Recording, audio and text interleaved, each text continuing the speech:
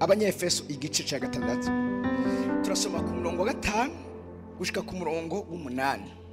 Aravuga ngo bagurano mwumvire bashoboja bo ku mubiri nk'uko mwumvira Kristo, mububashe muhinda gashitsi, mutagira ubupfunya mu mitima yanyu, ntimubakorere bakibahagarikiye nk'abanezereza abantu, ariko mubakorere nk'abagurano ba Kristo, mukora ivyo Imana igomba bivuye ku mutima. Mukora ivyo Imana igomba bivuye mubakorere mushize icira nk'abakorera shobuja mukuru, ntimube nk'abakorera abantu. Kuko muzi yuko umuntu wese iyo akoze iciza azocishurwa na shebuja mukuru, niyo yoba umugurano canke uwidegembye. Yesu aravuga ikintu kimwe, aravuga ngo ariko avuga hazoza abiyita jewe, hazoza abavuga mu izina ryanje, hazoza bavugishwa, hazoza avuga ati mugecerezo hazoba ari confusion nyinshi.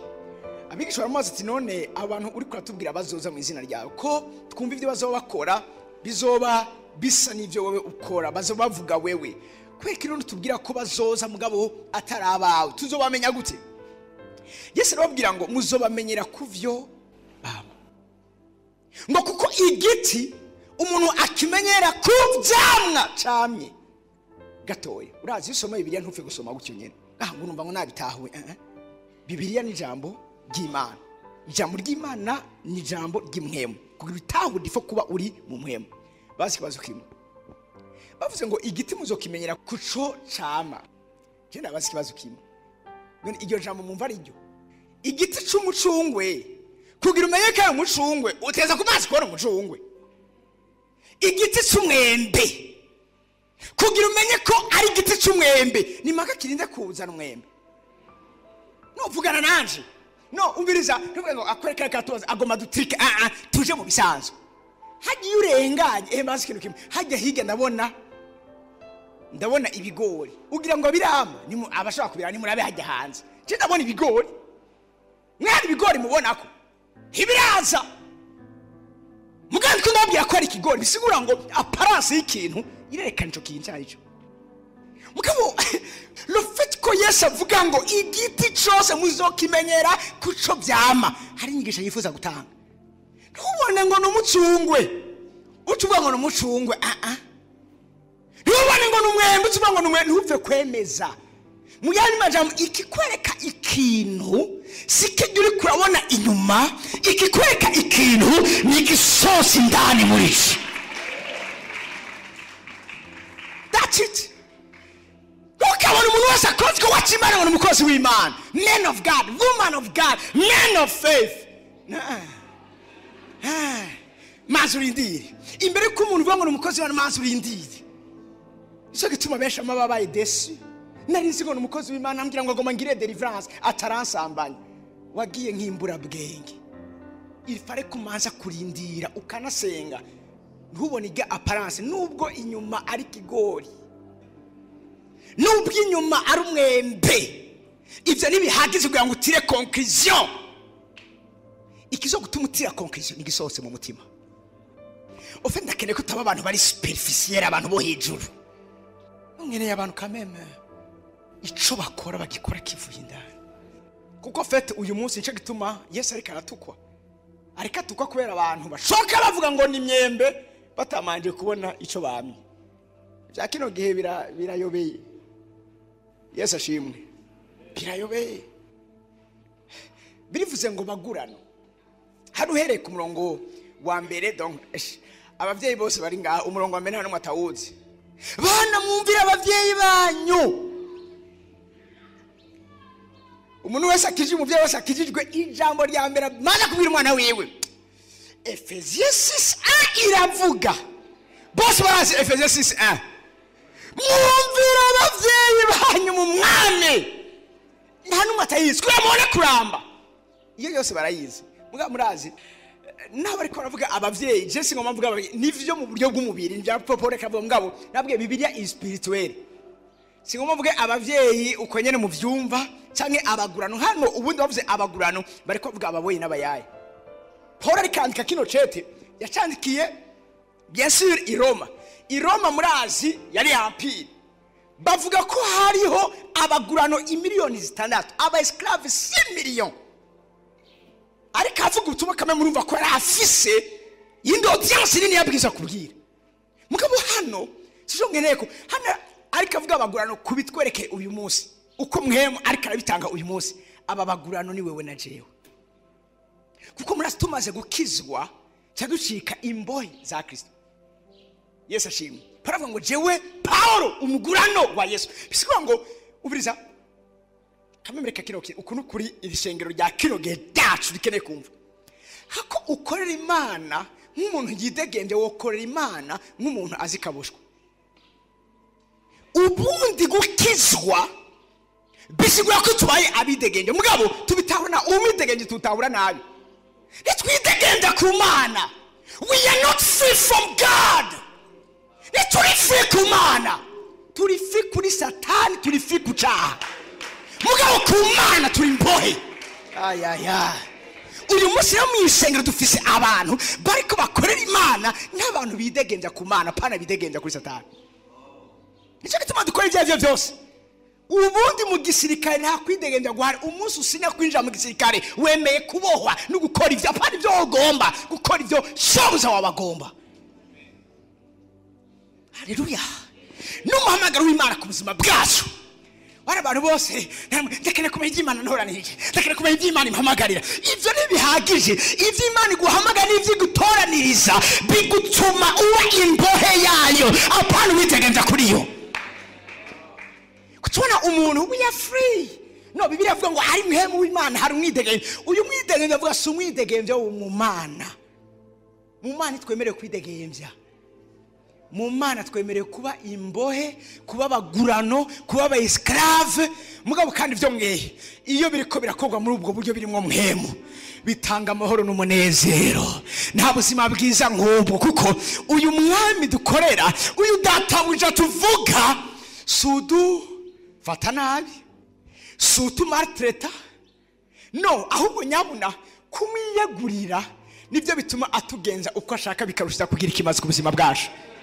Haleluya. Urazi umunsi umwe ikiri kintu cantangaje, narumva ashaka kuja kuraba umuntu kandi umuntu numva ndamukeneye, mugabo ndabishaka shatse kugenda, Imana iranyima uburyo bwo kugenda. Ndimene ko uyu muntu napanze ko nja kumuraba kandi ibyo twavugana byari bikenewe kubera iki byapfuye. Ndamutelefona kugira tubonane, telefone ibiranga gucamo. Ico gihe carenganye suye kumutora, arambwira ngo he mumbabarire warantelefone ngo mugabo unumbaza ijana n'imwe gusa ndibaga no kunakubwira. Iyo aza kuca mbarira twaca tubonana, sense Imana irambwira ngo sinagomba kumubona kubera ko hari ikintu kitari kugenda neza. Anshatse kuvuga, Imana irambwira ubu ni jewe ndakugaba, nawe ushaka kugenda ahantu urafise imodoka, ushaka kwatsa imodoka ukajayo, mugabo ndashobora kukwima ukungena ushikayo kubera ko atavyo ngomba. Si wewe udesida, ni jewe ndesida. Igihe cyose ukeneye kuja kubana n'umuntu, manza uvugane nani ndakwemere ko ugenda cyangwa utagenda, kubera ko turi imbohe bagurano. Vuga ngo ndumugurano. Hano vuga ngo umva aya maverse nayo ba databuja na ba mabuja bamayasumira abakozi babo. Ubiriza ubwa mbere na mbere iri jambo rirabatwebwe mu buryo bw'impwemu, kuko ku Mana turabagurana. Kandi ico Imana twiteze ko nuko twumvira databuja wacu. Hari abandi urumva n'indi nyigisho yindi bo sindavyanse. Urazi Imana isaba kaskete menshi, ndashobora kuyita papa, mugabo suko ari papa bisigura ko atari databuja. Muri bitandukanye ry'ibi bintu, suko Imana ari papa bigasigura ko ari boss. Ugacukora igikorwa cy'Imana uko ushaka ngo ni papa iki. Urazi kinazoca akora abati toki tuzohurira muhira muga kubijanye n'akazi ndi boss igutari kurakora nk'ukuri kuramorera, uriko urayica akazi out aragusohora. Birumvikana ni papa. Iyo tuje mu bwiza bwiwe tuza imbere ya papa, muri intimité ni papa. Umviriza muri louange na adoration kameme kuvuga ngo databuja, kameme ivyo byumvikana hono parce que aho turi muhira, mugabo mu gikorwa c'Imana ni databuja. Siko mumva itandukano ry'ibintu bibiri. iyo ndiko ndayikora ngaha siriko ndayikora nka papa, hano ndiko ndayikora nka databuja. Mugabo umwanya naze gukubita amavi hasi nza kuvuga ni papa parce que ndi umwana nje mu bwiza bwiwe nk'umwana. Yesu ariko arakorera Imana yavuga ngo umviriza databuja. Murashikora musenga ngo databuja mu gikorwa ni databuja.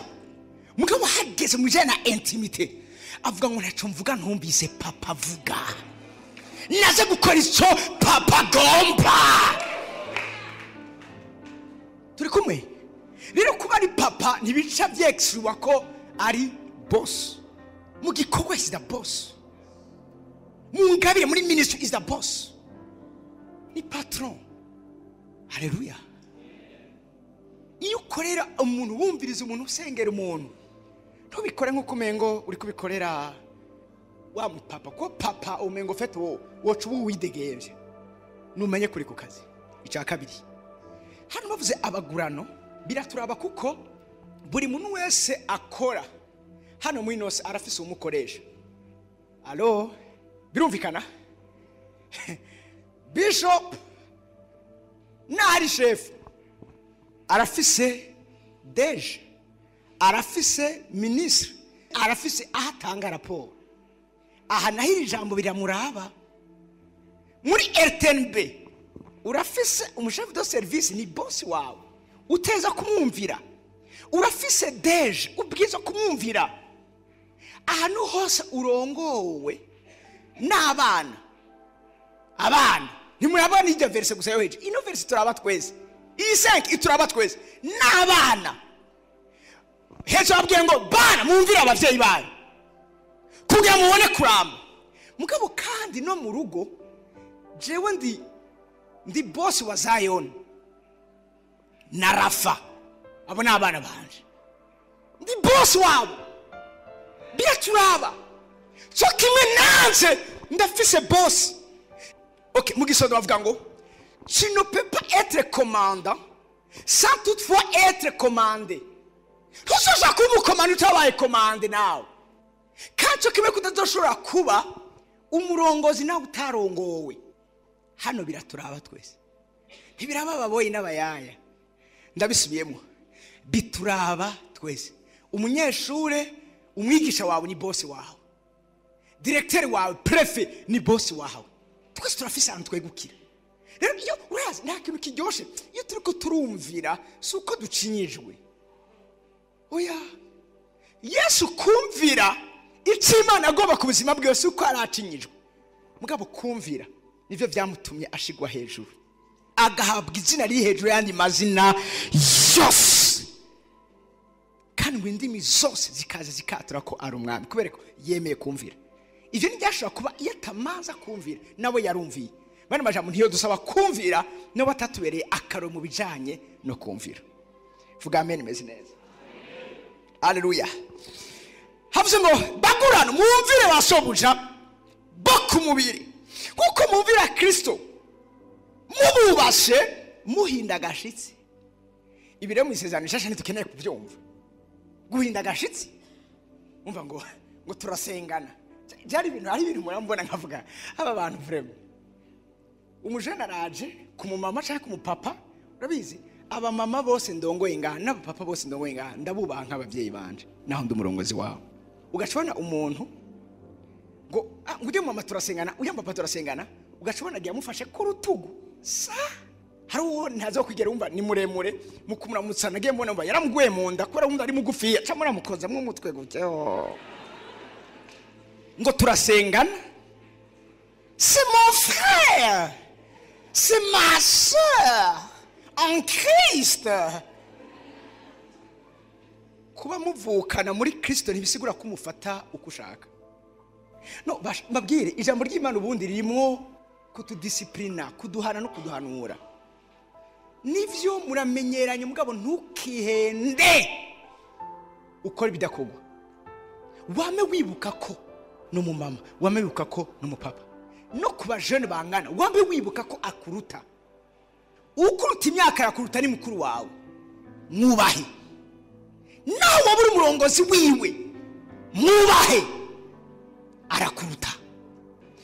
ibi iyo tuvyuzuza mu buzima bwacu nivyo biduha kubaho ubuzima buri equilibre kandi byo gukorera Imana kwacu twagira ikimazi muri byose. Uyu munsi rero mwishengero harakajagari kubera kurumva ni freedom, ni libertinage, apana libertinage. Abantu hakuba babaye bombo. Ndakuretse nka kwakira neza atama protocole maremare ntibisigura ko ntubasha. Kucona umuntu bari kwambwira gukora ikintu ubifashe mineneko. Imvo se apotre abivuze. Abarongozi dukora bakazambira ati erega twebwe tuvuze ntibavyumva mpaka wewe uvuge. Nutumvira uwashizwe mu kibanza c'uburongozi naje ntuzo buri kuranyumvira. Ubaho umuntu wese akubwiye gukora ikintu ejo tuzoza gukora urushengero. Je nta mwanya mfise. Ni uje aje kubera kurumva arabizi ko baza kumpa raporo nzomubaza ati kutaje. Ugacuza kubera ko nyene nta kundi ribugire rimwe navuga. Ico ukoze sikikiri ku murongo atandatu bavuga ngo ntimubakorere bakibahagarikiye. I service hano umuntu avuga ati kora ndabi, kora pandabi, kora devoir ndabi, iga ndabi. Yesu ashimwe. Ntimubagamurukire nk'abantu bariko barabarereka ngo nk'abanezereza abantu, ariko mubakorere nk'abagurano ba Kristo, mukora iby'Imana igomba bivuye ku mutima. Donc icyo uri kurakora Imana ikeneye kubona ko kivuye mu mutima. Kitavuye mu mutima ku Mana ntaco kiriko kiravuga kuri yo. Mushize icira nk'abakorera shobuja mukuru, ntimube nk'abakorera abantu witi, kuko muzi yuko umuntu wese iyo akoze iciza azocishurwa na shebuja mukuru niyo yoba umugurano canke uwidegembye. Donc kubijanye no kwimbura Imana izoraposo wari urimo. Imana izokugororera itaravye kuba ari umugurano canke wari utanga amategeko. Imana izoraba ko abikoze bivuye mu mutima hama iguhe impera kuri ico kintu wakoze itaravye position y'ikintu. Ico gituma nababwiye ko hazogera igihe tugatangara. Yesu ariko aravuga ngo abambere bazoba abanyuma, abanyuma bazoba abambere. Hari umuntu dushobora kuba tutazi ngaha muri rino shengero mu buryo buko atagaragara, ngabo ivyo akora bishika ku mutima w'Imana kurusha abagaragara ngaha imbere. Munsi tuzohagarara imbere ya ya ntebe bema mu kigiriki. Imana nizovuga ngo wewe ntaco wakora mu ishengero, mugabo wakoze ibi, nawe wari pastor, nawe wari umuririmbyi, nawe wari protocol. Imana izoraba kivyo wakoze wabikoze bivuye mu mutima, icizokora izoguha ingero bivanye n'ico wakoze kivuye mu mutima. Ushobora kwakoze ikintu kivuye mu mutima, jewe apote sinagikora kivuye mu mutima, ico gihe jewe naco nzohabwa wewe no utari apote ukagororerwa. Ico gihe ofete niho abambere bazoba abanyuma bakaba abimbere. Bamwe twari tuzi tukazosanga Imana ntigeze bamenya, bamwe tutari tuzi kumbe n'Imana yamenye. Twitondere ibintu vy'Imana. Amen. Twitondere ibintu vy'Imana. Ico ukora cyose ukore ubugombe bw'Imana canke ico Imana igomba bivuye mu mutima. Ibi biraba ikintu cyose dukora. Gushikanira Imana, kuza gukorana hamwe n'abandi, gukorera Imana mu gikorwa icace cyose tubikore bivuye mu mutima. Nivyo bihimbara Imana, nivyo bishimisha Imana, kandi nivyo bituma ico tuko turakora bigira ikimazi. Muhaguruke ku maguru yanyu dushima Imana.